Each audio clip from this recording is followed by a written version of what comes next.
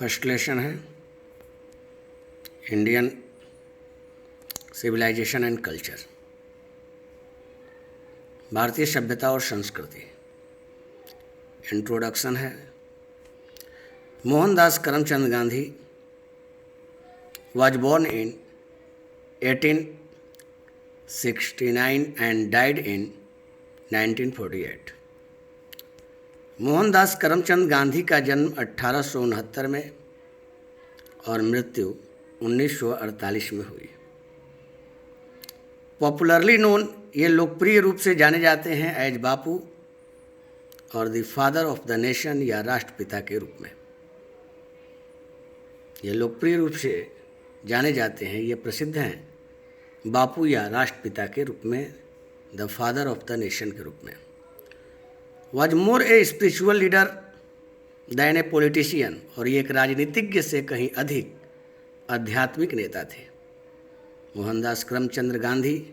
बापू या राष्ट्रपिता के रूप में लोकप्रिय, राजनीतिज्ञ से कहीं ज़्यादा ये स्पिरिचुअल लीडर थे, आध्यात्मिक नेता थे मोहनदास करमचंद गांधी।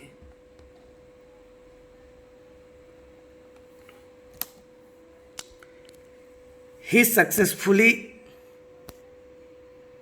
यूज्ड, इन्होंने सफलतापूर्वक प्रयोग किया ट्रूथ एंड नॉन वायलेंस, सत्य और अहिंसा का एज द चीफ वीपन्स, प्रमुख हथियारों के रूप में अगेंस्ट द ब्रिटिश रूल, अंग्रेजी शासन के विरुद्ध, इन इंडिया, भारत में। एंड हेल्प इंडिया, और भारत की मदद किए गेन पाने में इंडिपेंडेंस, आज़ादी, और भारत को आज़ादी पाने में मदद किए। फ्रॉम 1915 टिल 1948, 1915 से 1948 तक ही कम्प्लीटली, वह पूर्ण रूपेण डोमिनेटेड, इनका प्रभुत्व रहा इंडियन पॉलिटिक्स पर। 1915 से लेकर 1948 तक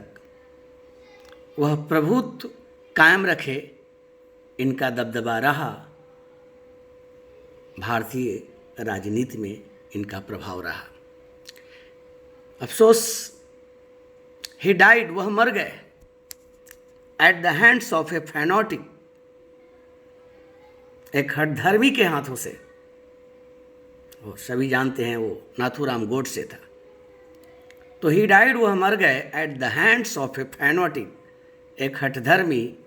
के हाथों से, ऑन 30 जनवरी 1948 को, 30 जनवरी 1948 को। ही सक्सेसफुली यूज्ड, उन्होंने सफलतापूर्वक प्रयोग किया ट्रूथ एंड नॉन वायलेंस, सत्य और अहिंसा का एज द चीफ वीपन्स, प्रमुख हथियारों के रूप में अगेंस्ट द ब्रिटिश रूल, अंग्रेजी हुकूमत के विरुद्ध, इन इंडिया, भारत में। एंड हेल्प्ड इंडिया, और भारत की मदद किए गेन पाने में इंडिपेंडेंस, आज़ादी। फ्रॉम 1915 टिल 1948, 1915 से 1948 तक, ही कम्प्लीटली, वह पूर्ण रूपेण डोमिनेटेड, उनका प्रभुत्व रहा, कब्जा रहा, प्रभाव रहा इंडियन पॉलिटिक्स पर, वो प्रभुत्व किए। ही डाइड, वह मर गए, एट द हैंड्स ऑफ ए फैनोटिक, एक हठधर्मी के हाथों से, ऑन 30 जनवरी 1948, 30 जनवरी 1948 को। हिज ऑटोबायोग्राफी, उनकी आत्मकथा, माई एक्सपेरिमेंट्स विथ ट्रूथ, उनकी आत्मकथा जो माई एक्सपेरिमेंट्स विथ ट्रूथ, सत्य के साथ मेरे प्रयोग, एंड द न्यूमरस आर्टिकल्स, और अनेक जो आर्टिकल्स हैं, जो अनुच्छेद हैं उनके, जो लेख, छोटे छोटे लेख लिखते थे, डैट ही रोट, जो वह लिखते थे, for young India, young India के लिए। यंग इंडिया उनकी एक साप्ताहिकी वीकली थी, यानी साप्ताहिकी, एक सप्ताह में निकलने वाला पत्रिका थी, जो अंग्रेजी में निकलती थी, और उसमें ही अपने दर्शन, अपने विचार को देते थे महात्मा गांधी। तो यंग इंडिया के लिए जो वह लिखे थे अनेक आर्टिकल्स एंड द स्पीचेज, और वो भाषण डैट ही डिलीवर्ड जो उन्होंने दिया था ऑन डिफरेंट ओकेजन्स, भिन्न भिन्न अवसरों पर, रिवील से रिवाइल आदि न पढ़े, रिवील हिम, वे प्रस्तुत करते हैं, नॉट ओनली उनको न केवल एज एन ओरिजिनल थिंकर, एक मूल विचारक के रूप में, वास्तविक विचारक के रूप में, बट आल्सो बल्कि एज ए ग्रेट मास्टर, एक महान मालिक के रूप में भी, महान स्वामी के रूप में भी, ऑफ चेस्ट, सादगी, सरल और आइडियोमेटिक, मुहावरेदार इंग्लिश, अंग्रेजी के। अगेन फिर देखें आप, हिज ऑटोबायोग्राफी, उनकी आत्मकथा, महात्मा गांधी की आत्मकथा, माई एक्सपेरिमेंट्स विथ ट्रूथ, सत्य के साथ मेरा प्रयोग, एंड द न्यूमरस आर्टिकल्स, और वो अनेकों अनुच्छेद, वो अनेकों छोटे छोटे लेख, आर्टिकल्स डैट ही रोट, जो उन्होंने लिखा फॉर यंग इंडिया के लिए। जैसा कि मैंने बताया, यंग इंडिया वीकली थी, महात्मा गांधी की एक सप्ताह में निकलने वाली, एक सप्ताह पर निकलने वाली पत्रिका थी, जो अंग्रेजी में निकलती थी, और गांधी जी उसमें अपने विचारों को देते थे, अपने दर्शन को व्यक्त करते थे। एंड द स्पीचेज, और वो भाषण डैट ही डिलीवर, जो उन्होंने दिया ऑन डिफरेंट ओकेजन्स, भिन्न भिन्न मौक़ों पर, भिन्न भिन्न अवसरों पर, ये रिवील हिम, वे उनको प्रस्तुत करते हैं, बताते हैं, not only as an original thinker, न केवल एक वास्तविक विचारक, बट आल्सो बल्कि एज ए ग्रेट मास्टर, एक महान स्वामी भी, ऑफ चेस्ट, सादगी और आइडियोमेटिक इंग्लिश, और मुहावरेदार अंग्रेजी के, सरल और मुहावरेदार अंग्रेजी के एक महान स्वामी के रूप में भी वे उनको प्रस्तुत करते हैं। यानी उनकी जो आत्मकथा है, माई एक्सपेरिमेंट्स विथ ट्रूथ, और द अनेक जो आर्टिकल्स जो वो लिखते थे यंग इंडिया के लिए, और वो भाषण जो उन्होंने दिया अनेक मौक़ों पर, वो केवल महात्मा गांधी को एक मूल विचारक के रूप में ही नहीं प्रस्तुत करते हैं। यही नहीं कि वो केवल एक मूल विचारक ही हैं, बल्कि ये भी बताते हैं कि वो एक सरल और मुहावरेदार अंग्रेजी के महान स्वामी भी हैं। इन द फॉलोइंग एक्सट्रैक्ट, निम्न इस उद्धरण में,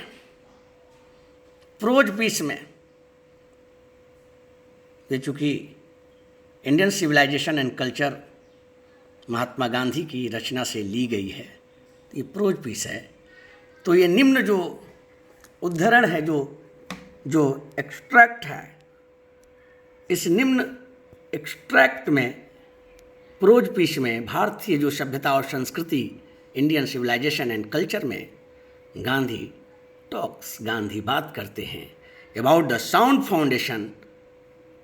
उस मजबूत नींव की, ऑफ इंडियन सिविलाइजेशन, भारतीय सभ्यता के, विच है सक्सेसफुली, जो सफलतापूर्वक, विदिस्टूड, रोक दिया है, द पैसेज ऑफ टाइम, समय के परिवर्तन को, समय की गति को, उस बदलते हुए समय को। इस निम्न prose piece extract,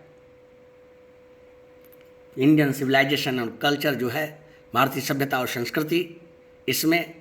Gandhi ji बात करते हैं भारतीय सभ्यता के उस साउंड फाउंडेशन का, फाउंडेशन, उस मजबूत नींव की बात करते हैं, विच है सक्सेसफुली, जो सफलतापूर्वक, विदिस्टूड, रोक दी है, द पैसेज ऑफ टाइम, समय के प्रचलन को। द वेस्टर्न सिविलाइजेशन, वो पश्चिमी सभ्यता, वह पश्चिमी सभ्यता, विच, रिलेटिव प्रोनाउन है विच, ये रिलेटिव क्लाज बनाता है, ये विच जो है रिलेटिव प्रोनाउन है, तो विच जो हैज़ द टेंडेंसी, जिसका स्वभाव है, टू प्रिविलेज, जिसका स्वभाव है विशेषाधिकार देने का, सुविधा देने का, मेटेरियलिटी, भौतिक तत्व को,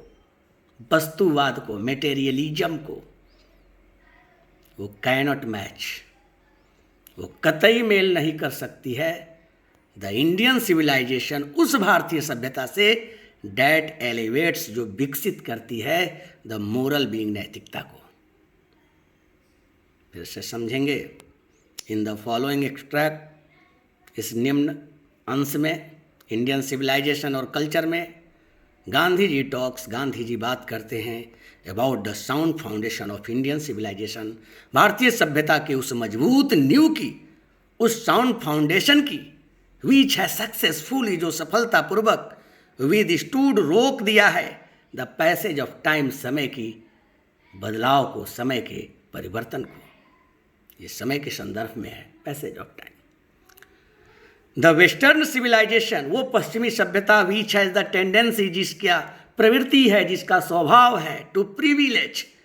विशेषाधिकार देने का, सुविधा देने का, मेटेरियलिटी को, भौतिकत्व को, वस्तुवाद को, मेटेरियलिज्म को,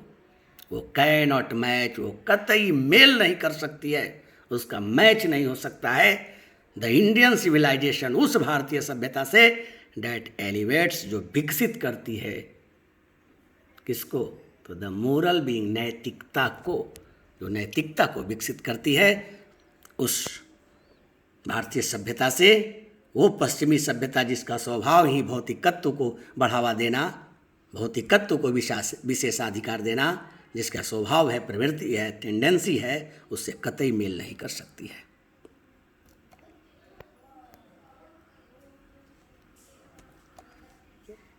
थैंक यू।